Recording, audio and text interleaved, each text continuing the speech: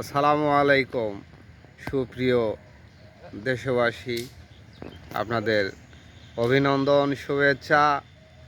সেই পুরনো ঐতিহ্য হারিয়ে যাওয়ার পথে বিলীন হয়ে গিয়েছিল। আবারও মাঝে মাঝে আমাদের কৃষক আব্দুল জলিল ভাই সেই গরুর নাঙল চেষে জমি তৈরি করতেছে। কি ফসল, হয়তো মূলো বা বাঁধাকপি, আলু, পেঁয়াজ, রসুন এইসব রোপণ করার জন্য।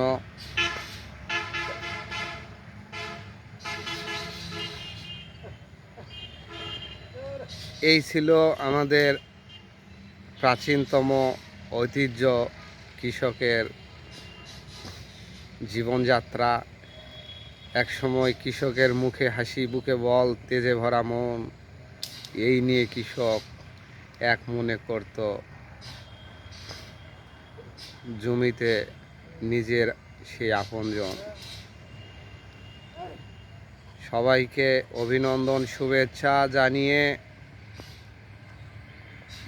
এই যে বাংলার হাল চাষ পদ্ধতি, একদম যে মহেশ গল্পের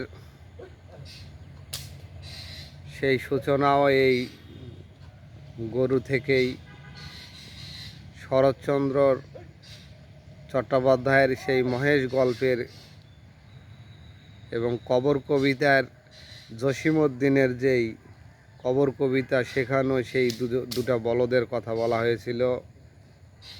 সেই আমাদের সেই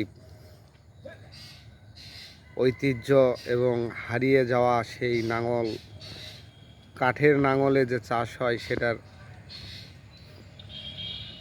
মাঝে মাঝে কৃষকের ঘরে রয়েছে, কিন্তু এই ভাইয়ের মতো না। এই ভাই প্রতিদিনই হাল চাষে অভ্যস্ত। যদি আপনাদের কারো জমি চাষ করার প্রয়োজন হয় তাহলে যোগাযোগ করতে পারেন। অল্প খরচে হাল চাষ করে দেন এবং খুব সুন্দর জমি তৈরি করতে উনি অভ্যস্ত।